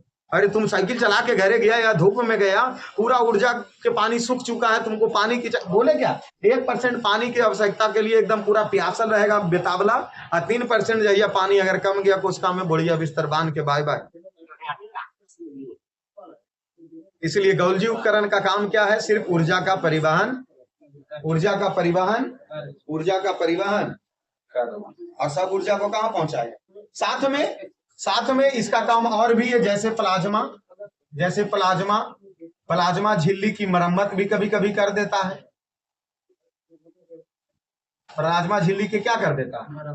मरम्मत भी कर देता है। साथ में लाइसोसोम, अभी इसके बारे में हम नहीं सुने, लाइसोसोम का भी ख्याल रखता है, क्योंकि आत्महत्या की थैली कहा जाता है लाइसोसोम को। सबसे बड़ा ख्याल, अच्छा एगो बात बताओ, देखो लाइसोसोम, शायद लाइसोसोम आज तुमको नहीं बताने वाले हैं अभी, क्योंकि डायरेक्ट एक पॉइंट छलांग मारना पड़ेगा। इसके पहले तुमको एंडोप्लाज्मिक रेटिकुलम पढ़ना होगा, अंतःद्रवीय जालिका। उस अंतःद्रवीय जालिका में लाइसोसोम होता है, तो इसलिए अभी लाइसोसोम नहीं, लेकिन फिलहाल वह लाइसोसोम का भी ख्याल रखता है। लाइसोसोम का भी क्या रखता है? ख्याल रखता है। अभी हम तुमको बताने वाले, क्या गोल्जी उपकरण क्लियर है? गोल्जी उपकरण क्लियर है? सिर्फ ऊर्जा का परिवहन का अगर मुख्य ध्यान रखना है तो किसको रखना? गोल्जी उपकरण का। गोल्जी उपकरण का, वो खाना बना के दे दिया, गोल्जी उपकरण देते चलेगा। वो देगा कोई के नहीं, डायरेक्ट ला के दे देगा। अगर वो बगल वाला कोशिका बगल वाला को अगर देने लग जाएगा तो मार हो जाएगा, चोरी डकैती न हो जाएगा रे। एजा वाला कोशिका कह के रे रे रे रे हमरा दे, एजा वाला कोशिका छीन के एकरा से ले लेगा। अब पता चला कि एजा वाला के कोशिका कर की रहा, हाथ को हम ऐसे घुमा रहे हैं, अपत एजा, मस्तिष्क कहेगा कि दो, इसको कहेगा कहां से देने वाला दे कहां रहा, दे कहां रहा, सब तो उधरे रख ले। ओकरे लगी लाइसोसोम होता है, बोलता कि साहब जेकर जेरा जे काम बांट के दिए हैं वो कर सले बले, और गलती से करना बंद होता है तो लाइसोसोम को आत्महत्या को थैली करता। कहा कि जहां अगर हम फट गए ना तो कुल्ले मर जाएगा। अगर ये लाइसोसोम अगर फट गया तो इस कोशिका के जितना पार्ट पुर्जा है सब मर जाएगा। इसलिए सब डर के रखता, पुलिस के काम करता लाइसोसोम, बोलता हिल नहीं, जेकरा जेकरा जो काम मिलल है वो सले बले करो, एक गुनी आधा इंच नहीं हिलना। गलती से अगर हिल जाता तो कहता लो खेल जाते हैं हम, खेला फट गया। इसीलिए लाइसोसोम को कोशिका की आत्महत्या की थैली कहते हैं। हटा गया पूरा कोशिका, सिलेंडर खत्म, बाय बाय टाटा, वो अंग की कोशिका समाप्त। इसीलिए लाइसोसोम को आत्महत्या। लेकिन अभी लाइसोसोम हम नहीं पढ़ा रहे हैं, अभी तुमको खाना भी पहुंचवा रहे हैं। बढ़ जाए अगला पॉइंट्स में। चलिए बहुत अच्छा, 2 पॉइंट्स क्लियर, 2 पॉइंट्स क्लियर। चलिए यह देखिए ये क्या बना रहे हैं, नहीं फिर से, कौन झिल्ली, कौन झिल्ली, ये कौन सी है, ये कौन सी है, ये कौन सी है, ये कौन सी है। अब देखो हम तुमको बनाने वाले हैं जो एंटीप्लाज्मिक रेटिकुलम, अंतःद्रवीय जालिका, एंटीप्लाज्मिक रेटिकुलम, जिसका नाम है एंटीप्लाज्मिक रेटिकुलम, शॉर्ट फॉर्म लिख रहे हैं। हिंदी इसका वर्ड होता है अंतःद्रवीय जालिका, अंतःद्रवीय। इंग्लिश वर्ड होता है एंटीप्लाज्मिक रेटिकुलम, एंटीप्लाज्मिक रेटिकुलम। देखो एंटीप्लाज्मिक रेटिकुलम होता है कैसे, एंटीप्लाज्मिक रेटिकुलम ऐसे बनल होता है, एंटीप्लाज्मिक रेटिकुलम ऐसे बना हुआ होता है, एंटीप्लाज्मिक रेटिकुलम, एंटीप्लाज्मिक रेटी, एंटीप्लाज्मिक रेटी, एंटीप्लाज्मिक रेटी।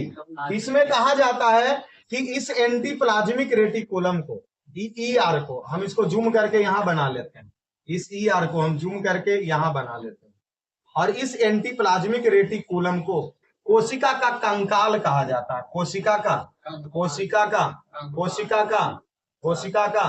क्योंकि पूरी कोशिका एक, देखो चिपक उपक के पचक पुचक जाएगा, थोड़ा साइज चाहिए ना, इसलिए लंबा आकृति में होता है। ये कैसी आकृति में होता है, लंबा आकृति में। इसलिए कोशिका का कंकाल किसको कहा जाता है, कोशिका का कंकाल एंडोप्लाज्मिक रेटी, कोशिका के कंकाल एंटीप्लाज्मिक रेटी, अंतःद्रवीय जालिका, इसका हिंदी वर्ड अंतःद्रवीय जालिका। अब ऐसे एंटीप्लाज्मिक रेटिकुलम कोशिका को, जो कि कोशिका का कंकाल इसलिए कहा जाता है कि इसको पचकने से रोकता है। जैसे तुम सब में बहुत सारा लोग, तुम सब में नहीं, हम सब में नहीं, वो कैटेगरी चेंज है, मुंह फुला के तुरंत बैठ जाते हैं और कभी पचका लेते हैं। तो इसीलिए ये कोशिका को पचकाने से बचने के लिए वो रीढ़ के हड्डी के तरह काम करता। ये कंकाल जैसे ये पिछल का देखो, ये एक वो रीढ़ के हड्डी पूरे शरीर को थम ले, ये एक हड्डी। उसी प्रकार कोशिका में एंटीप्लाज्मिक रेटिकुलम है जो कंकाल के काम करता है, कोशिका को पचकने से रोकता है, कोशिका में पचकने से रोकता है, कोशिका को पचकने से रोकता है, ठीक है ना। नहीं तो पचक जाएगा, अब पचक जाएगा तो पता चला लाइसोसोमो फट जाएगा, अब माइटोकॉन्ड्रियो नहीं अच्छा से काम करेगा और गोल्जी उपकरणों नहीं काम करेगा, तब पूरे शरीर का खेला हो जाएगा एक के साथ। अच्छा, पूरे शरीर की कोशिका के लाइसोसोम एक के बाद फट जाए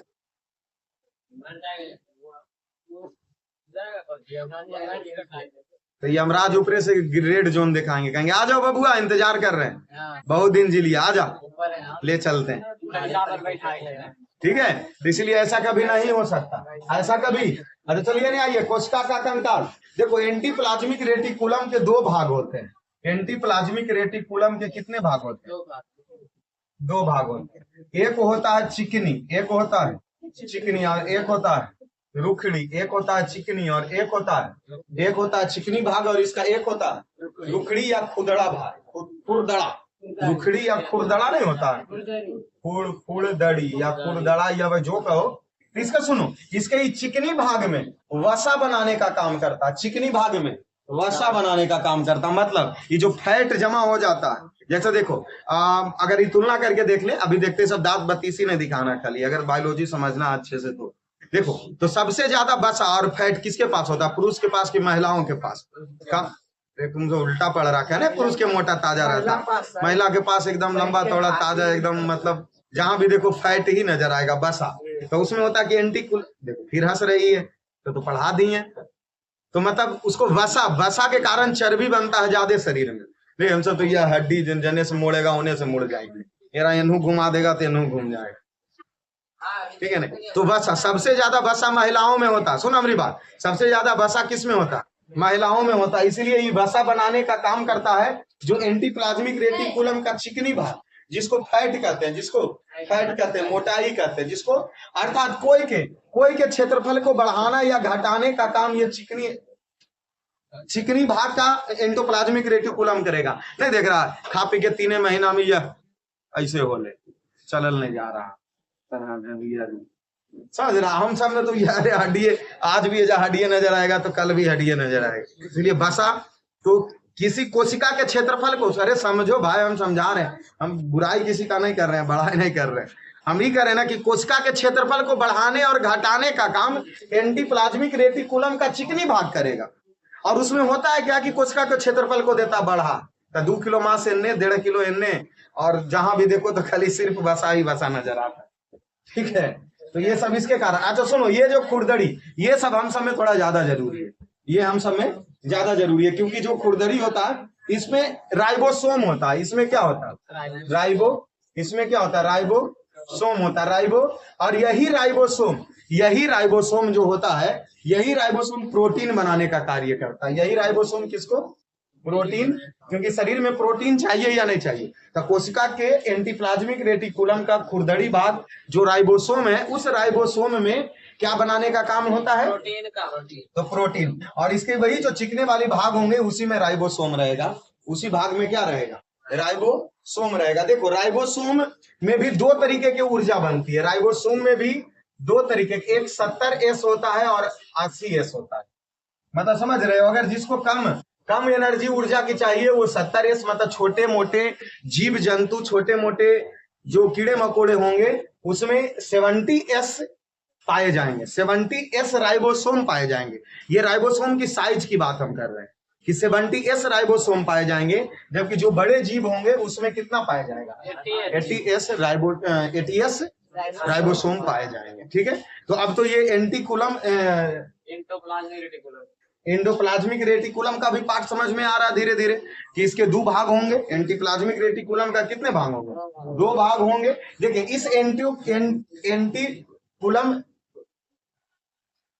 इसका एक भाग कोशिका झिल्ली से जुड़ा हुआ रहेगा, और इसका दूसरा भाग अभी हम जो नहीं पढ़े, न्यूक्लियस अर्थात केंद्रक से जुड़ा रहेगा, क्योंकि पूरे कोशिकांग एक दूसरे से जुड़ के न रहेगा, नहीं तो अलग थोड़ू रहेगा, सब अलग अलग नहीं रहेंगे। तो इसीलिए इसका एक भाग प्लाज्मा झिल्ली, और दूसरी भाग केंद्रक, न्यूक्लियस, केंद्रक से जुड़ा हुआ रहेगा, केंद्रक से जुड़ा हुआ रहेगा। ठीक है, देखो ये 80 से जो बड़े बड़े जीव में पाए जाएंगे, और ये है सब जो छोटे जीव में पाए जाएंगे। ये था हमारा एंटिकुलम। अभी इसके बाद तुम सबको भी लिखाना भी है, ठीक है। तो शायद एक पॉइंट बच गया। नहीं बच तो गया बहुत सारा, अभी कोशिका के अंदर का तो बहुत सारा, लाइसोसोम, रसधानी, अरे तो था अभी बहुत सारा है, एक के दिन में निपटे के चीज नहीं है। अभी तुम अभी और जूम करना बारी बारी से सबको बाकी है। अभी तो तुम इसका तुमको परिचय दे रहे हैं। तुमको क्या लग रहा है कि कोशिका पढ़ के 4 दिन में निपटा लेंगे? असंभव, इम्पॉसिबल। तुम ये तो देखो, अभी हमको सबको इन रिंच से साइकिल का पहिया नियम खोलना बाकी, नहीं तो तू सबके दिमाग में बसा जम जाएगा। ठीक है, इसलिए दिमाग में बसा को नहीं जमने दो। तो चलिए बाकी पार्ट 3 में मिलेंगे हम सबको सिखा के, ठीक है। चलिए देखिए, तो यहाँ हम क्या समझा रहे थे आपको, जो थोड़ा सा फिर से रिपीट कर देते हैं। इसमें हम बताए थे कि कोशिका के अंदर माइटोकॉन्ड्रिया होता है, माइटोकॉन्ड्रिया होता है, क्योंकि क्लास को जोड़ करके एक ही पूरी कोशिका का एक ही क्लास आपको अवेलेबल करवा दिए गए। माइटोकॉन्ड्रिया, माइटोकॉन्ड्रिया का क्या काम बताए थे कि ऊर्जा का निर्माण करता है कौन? माइटोकॉन्ड्रिया।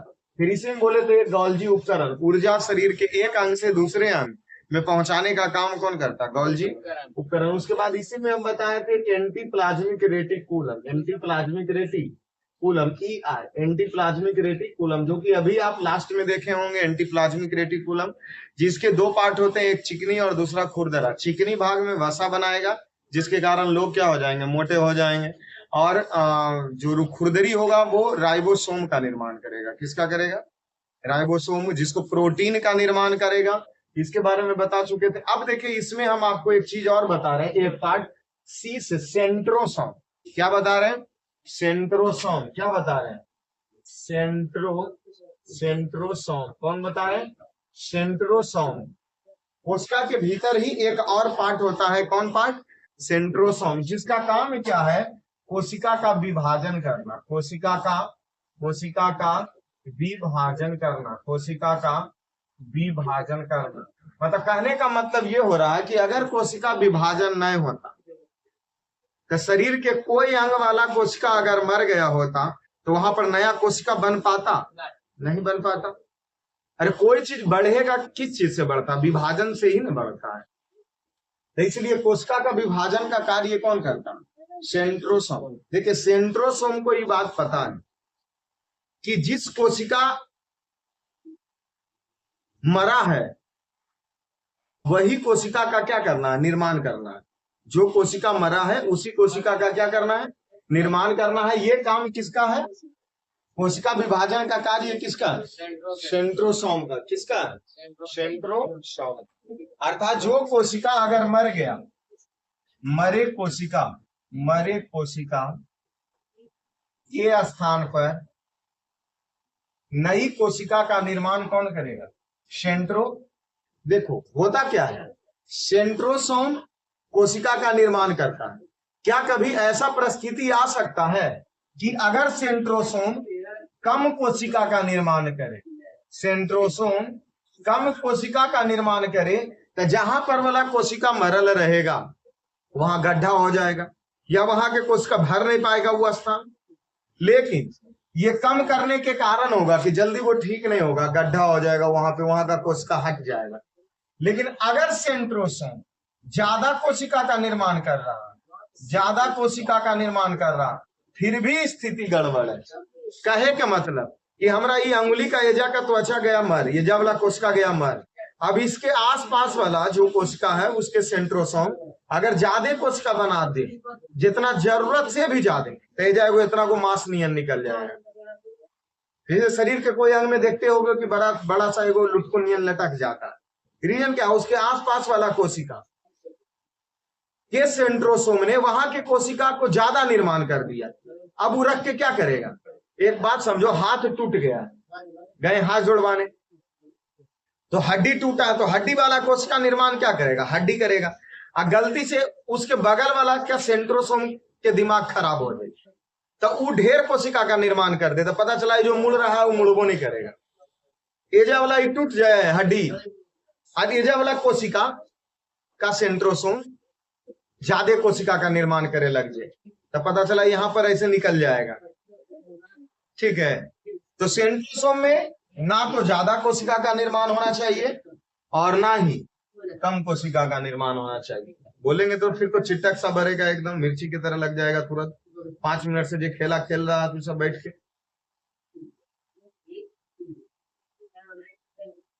और समझाने के लिए ही बोलती है। इसे अच्छा भाई छोड़िए करके नहीं समझा लेंगे।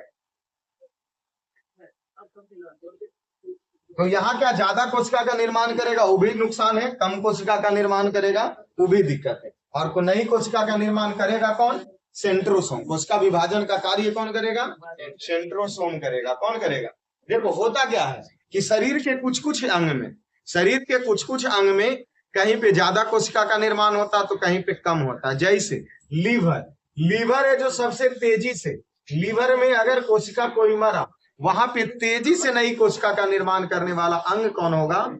लीवर होगा। देखो मस्तिष्क में जो कोशिकाएं होती है उसमें मस्तिष्क की जो कोशिका है उसमें सेंट्रोसोम होता ही नहीं। अगर होता भी है तो कम होता है, क्योंकि मस्तिष्क में न्यू कोशिका का निर्माण नहीं होता। इसीलिए कोई व्यक्ति के चोट अगर दिमाग में लग जाए तो डायरेक्टिव प्यारे हो जाएंगे ईश्वर के। ऐसा सुने हो ना तुम कि पीछे वाला दिमाग में मत मारो, या गाड़ी चलाओ तो हेमलेट पहन के चलाओ। क्यों?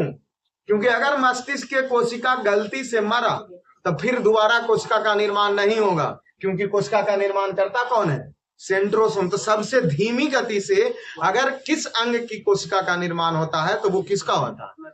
इसलिए बचा के रखो किसको? मस्तिष्क को हमेशा लोग बचा करके रखते हैं, क्योंकि यहाँ का कोशिका मर जाने के बाद नहीं बनेगा। हाथ में हथौड़ी लग गया, मर गया कोशिका, जेजा वाला कोशिका काला हो जाएगा, काला हो जाएगा। आसपास वाले कोशिका क्या करेगा? बोलेगा कोई बात नहीं, मर गया, काला हो गया, बाद में न्यू कोशिका का निर्माण कर देता है और उसको तुम सब हटा देते हो, जो काले अंग हो जाता है उसको ऑटोमेटिक। तो क्या आपको सेंट्रोसोम समझ में आ गया? कोशिका विभाजन का कार्य, मरे कोशिका की जगह नए कोशिका का निर्माण करेगा सेंट्रोसोम। सबसे ज्यादा कोशिका जल्दी सबसे ज्यादा जल्दी कोशिका केजा बनेगा? लीवर में। सबसे कम कोशिका कहाँ बनेगा? मस्तिष्क में। कहाँ बनेगा? मस्तिष्क में। देखो होता है क्या, एक चीज और समझ लो, अगर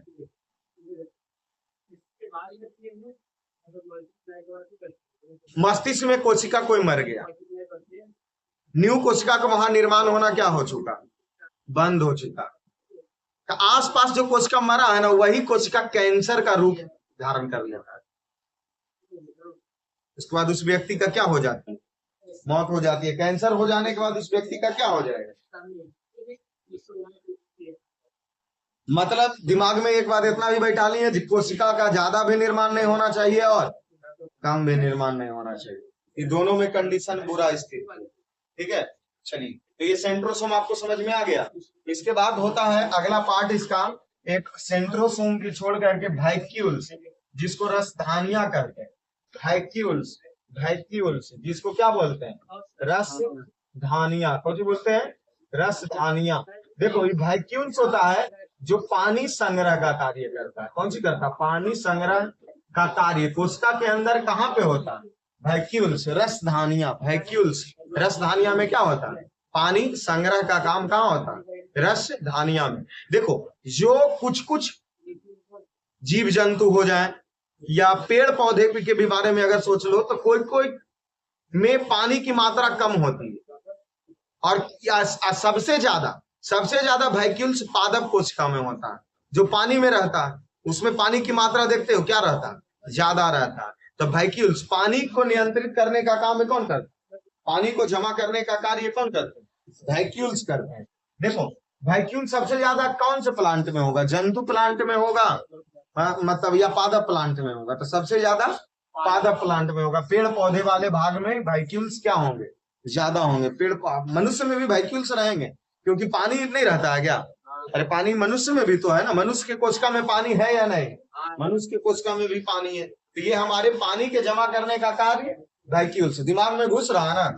फिर से यहाँ देख लो, कोशिका ऊर्जा का निर्माण, माइटोकॉन्ड्रिया ऊर्जा पहुंचाने का कार्य, गोल्जी उपकरण कोशिका विभाजन का काम, सेंट्रोसोम पानी को नियंत्रित करने का कार्य, वैक्यूल्स। एंटीप्लाज्मिक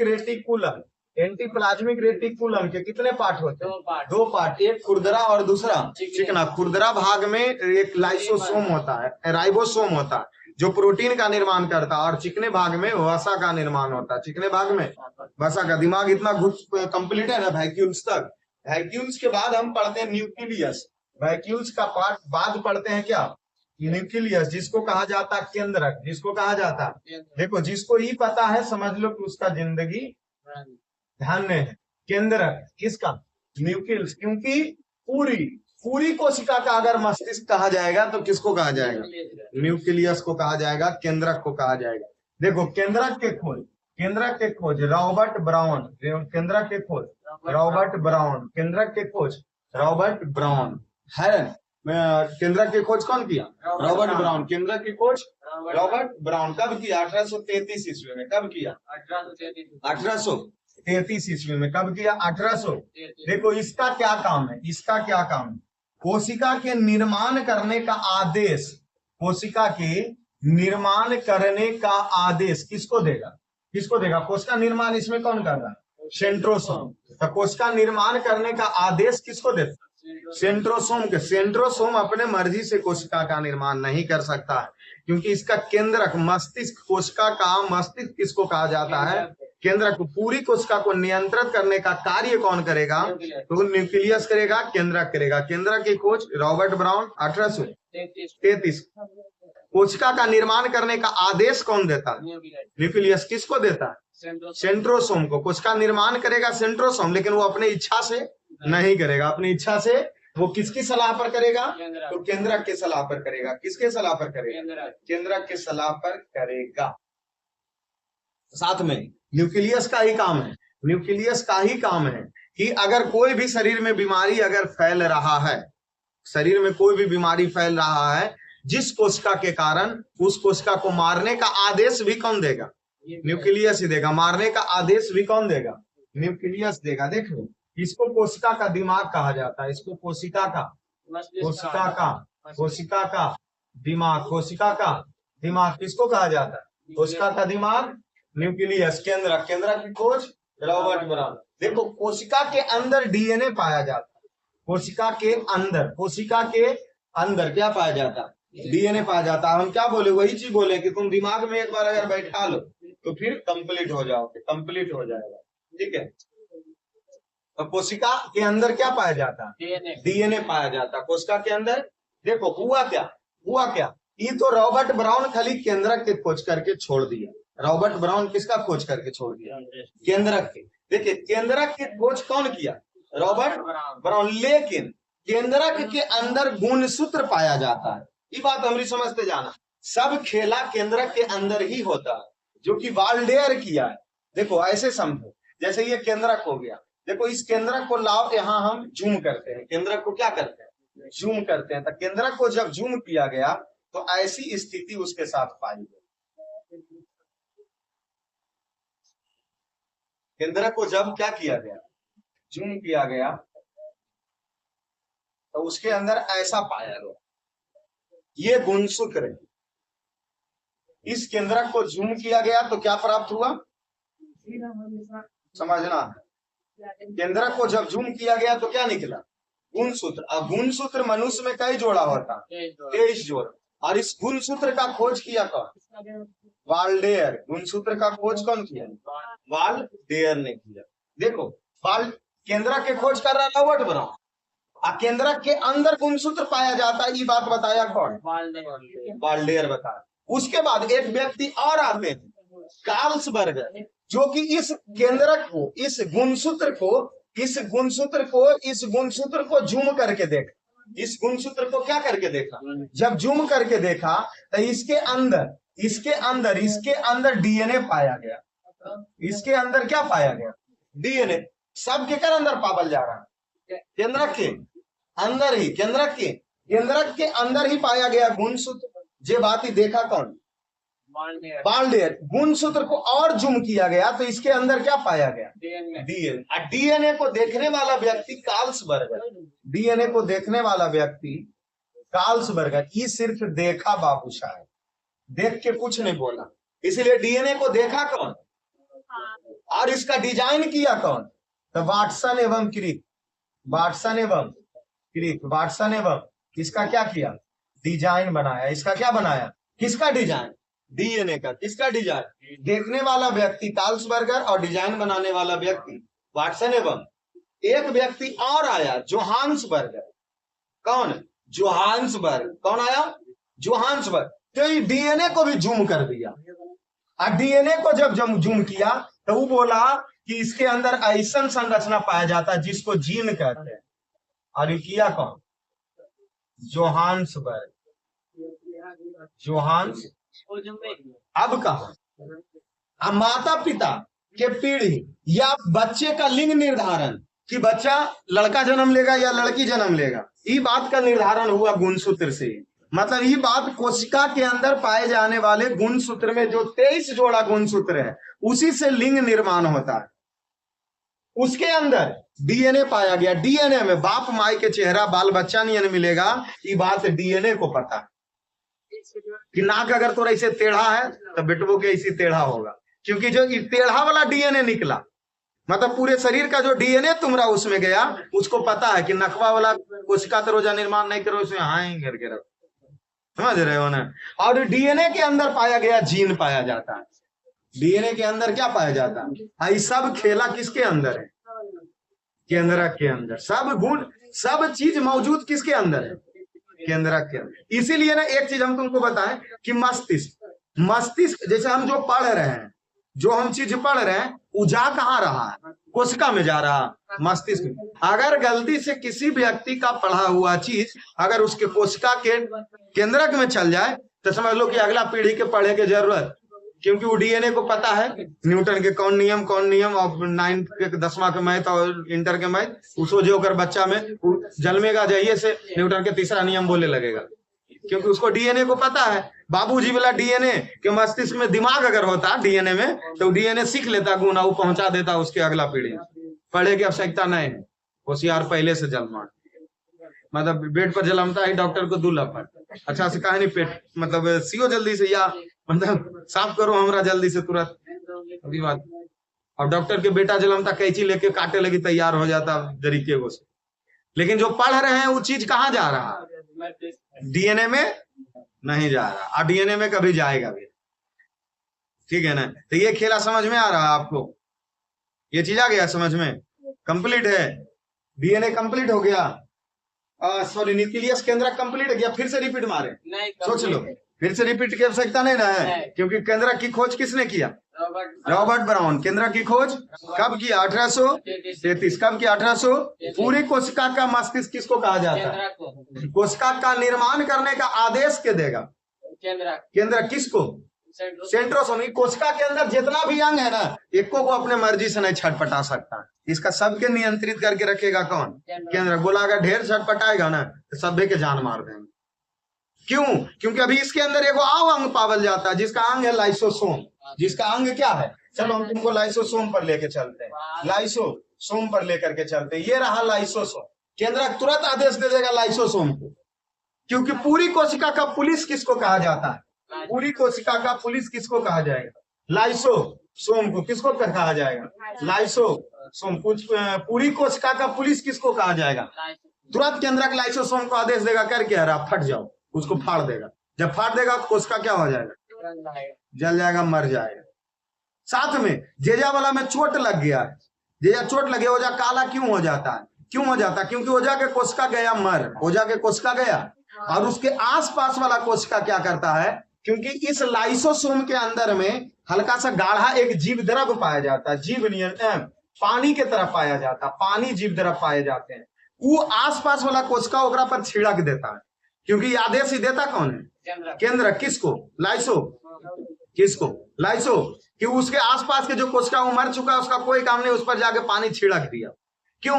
क्योंकि इसके झिल्ली है जो तो एक पारदर्शी झिल्ली, आर पार हो सकता है ना, ये तो हम पहले ही बताएं। तो इसलिए वो छिड़क के वहां के कोशिका को क्या कर देगा? गलती से लाइसोसोम के दिमाग अगर खराब हो जाए, बोलेगा हम फट गए ना तो लपेट लेंगे कुल्ले। अगर कुल्ले कोशिका शरीर के फट जाए एक के बाद स्वाहा। इसलिए आत्महत्या की थैली किसको कहा जाता है? आत्महत्या की थैलियां। ये पावल कहाँ जा रहा है? लाइसोसोम भी कोशिका के भीतर ही, कोशिका के भीतर ही लाइसोसोम पावल जाता है। ठीक है, कोशिका के भीतर क्या पाए जाते हैं? लाइसोसोम पाए जाते हैं। हो गया। इसके अंदर जल अपघटक एंजाइम होते हैं। ठीक है, इसलिए कोशिका के सभी अंग का नियंत्रण कौन करेगा? लाइसोसोम आदेश देगा, उसके आदेश पे। चलिए अब सुनिए, अब सुन लो बाबुआ, अब हमने बात सुन लो। ये पूरी कोशिका, इस पूरी कोशिका में छटर पटर ना हो, इसके सभी अंग आपस में टकरा नहीं जाए। नहीं तो पता चला कि माइटोकॉन्ड्रिया गोल्जी उपकरण से टकरा जाएगा, गोल्जी उपकरण सेंट्रोसोम से, सेंट्रोसोम वैक्यूल से, वैक्यूल से लाइसोसोम से, और ये न्यूक्लियस से टकरा जाए तो गड़बड़ हो जाएगा। इसीलिए इसके अंदर क्या पाया जाता है? इसके अंदर एक जीव द्रव पाया जाता है, जेकरे में सब एक दूसरे पर से टकराए नहीं। तो इसी के अंदर क्या पाया जाता है? जीव। जीव द्रव की खोज किसने किया? पुरकेंजे ने किया। जीव द्रव की खोज 1839 ईस्वी में। जीव द्रव की खोज किसने किया? जीव द्रव की खोज किसने किया? पुरकेंजे ने किया। जीव द्रव की खोज 1839 ईस्वी में पुरकेंजे किया, क्योंकि कोशिका आपस में टकरा नहीं जाए। सभी अंग को सुरक्षित करने का कार्य कौन करेगा? जीव द्रव था, ये तो पुरकेंजे करेगा। सभी अंग को मतलब सुरक्षित का कार्य कौन करेगा? पुरकेंजे। देखो ये जीव द्रव में इसी में पानी की मात्रा होती है, और इसीलिए तुमको हम बताए थे कि अगर शरीर में 1% कोशिका के अंदर 1% पानी की कमी होगा तो हमको प्यास लगेगा, और अगर 10% पानी की कमी हो गया है तो सब कोशिका मर जाएगा। और जो कि डायरिया समझ रहे हो ना? दस्त समझ रहे हो ना, या नहीं समझ रहे हो? डायरिया जब वोमिटिंग होना शुरू हो जाता है, या जब ज्यादा खा लेते तो अनपच हो जाता, तो दिन भर में एक बार नहीं 10 बार बाथरूम जाना पड़ जाता है। तो उस दौरान होता है क्या? शरीर में पानी की कमी हो जाती है, और पानी की अगर कमी हो गया, इसी वजह से व्यक्ति का मृत्यु भी हो सकता है। कभी 10% तक आवश्यकता नहीं है पानी की कमी होना। मात्र 3% में अकबर जैसे महान शासक और सिकंदर जैसे दस्त के कारण ही मृत्यु इसका हुआ। तो 3% शरीर में पानी की कमी हो गया तो बाय बाय टाटा। इसीलिए जल्दी जल्दी घोर के ग्लूकोच दिया जाता है, और नहीं तो पानी डॉक्टर ने ले जाके सलाइन चढ़ाया जाता है कि इसके शरीर में पानी की मात्रा कम रही है, कोशिका को पानी मिल नहीं रहा है। कब लाइसोसोम फटेगा, कब कौन कोशिका मरेगा, कोई काम करना उसका बंद कर देता है। इसीलिए उसको पानी 4 बोतल 2 बोतल 3 बोतल चढ़ा दिया जाता है, डायरेक्ट शरीर को दिया जाता है। क्यों? क्योंकि तुम पानी जब वो पीता तो उसको पानी पचता नहीं है। उस समय उस बीमारी के दौरान पानी वोमिटिंग कर दिया, तो भाई जब आंत में पानी पचा नहीं रहा, डायरेक्ट पानी तुम पचा नहीं रहे, इसीलिए उसको डायरेक्ट मांस में खोस के पूरे शरीर को सलाइन कर देता है, अर्थात सब कोशिका को पानी पहुंचा देता है। गलती से पानी पी नहीं पच रहा था तब नहीं दौरान ये किया गया, क्योंकि उसको पानी पचता नहीं है। या तो एक तरफ से पिएगा, दूसरे तरफ से बाहर, नहीं तो फिर ऊपर से ही बाहर। इसीलिए इसको ये कार्य किए जाते हैं। ठीक है, चलिए तो 3% पानी की कमी हो गई। सुन लीजिए, पेड़ पौधे में एक और कोशिका के अंदर एक और पार्ट पाया जाता है, जो कि सिर्फ पेड़ पौधे में ही पाया जाता है, और किसी चीज में मतलब जीव जंतु वाला में नहीं पाया जाएगा। पादप प्लांट में ही एक और चीज पाया जाता है अलग से, क्योंकि पादप प्लांट की भी कोशिका बनेगी ना, तो हमारी कोशिका और उसकी कोशिका में 1-2 चीज अंतर होता है। जैसे पेड़ पौधे वाले कोशिका में एक चीज और क्या पाया जाएगा? लवक पाया जाता है। पेड़ पौधे वाले में एक चीज और क्या पाया जाता है? लवक। क्या पाया जाता है? लवक पाया जाता है, लवक पाया जाता है। ठीक है, जिसको पी से कह सकते हैं, सूचित करते हैं लवक। देखिए लवक 3 प्रकार के होते हैं। पेड़ पौधे वाले कोशिका को भी पता है, पेड़ पौधे वाले कोशिका को भी पता है उसके अंदर जो गुण पाया जा रहा है किसके कारण? लवक के कारण ही गुण पाया जाता है। जैसे लवक 3 प्रकार के होता है, एक होता है हरित लवक, दूसरा होता है वर्णी लवक, और तीसरा होता है अवर्णी लवक। अवर्णी लवक। देखो होता क्या है, हरित लवक के कारण पेड़ पौधे हरे रंग का होगा।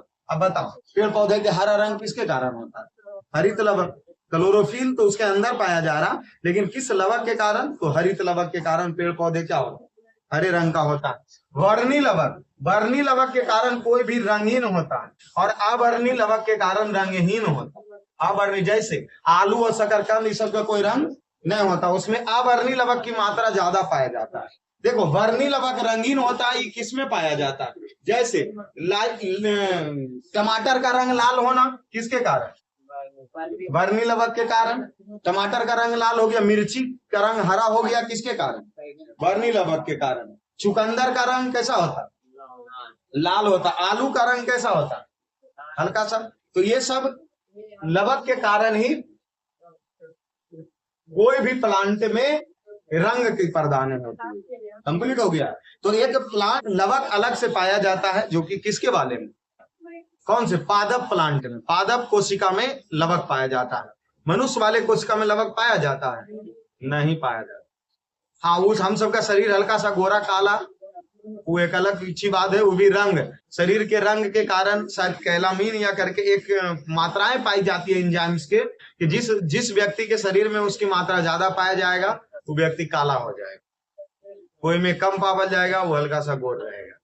ठीक है। तो कोशिका इस प्रकार हमारा क्या हो गया? खत्म हो गया। कोशिका इस प्रकार हमारे क्या हो चुके हैं? खत्म हो चुके हैं। अब क्लास 9th के सेकेंड चैप्टर में पढ़ना क्या? उत्तर। तो उत्तर। और हमें तो लग रहा है फर्स्ट चैप्टर में सिर्फ कोशिका ही ना पढ़ना था। जब पूरी कोशिका को हमने मतलब 2-3 पार्ट में वीडियो बना करके एक वीडियो दे दिया गया इसका कोशिका का। लेकिन अभी प्रयास रखेंगे कि लवक में जंतु लवक और पादप लवक, जो कि पहले पादप लवक चलेगा, तो पादप लवक का एक ही पार्ट एक के दिन में कंप्लीट करें, थोड़ा समझने में ज्यादा अच्छा ऐसे होता है। उसके बाद अगली क्लास में मिलते हैं। चलिए।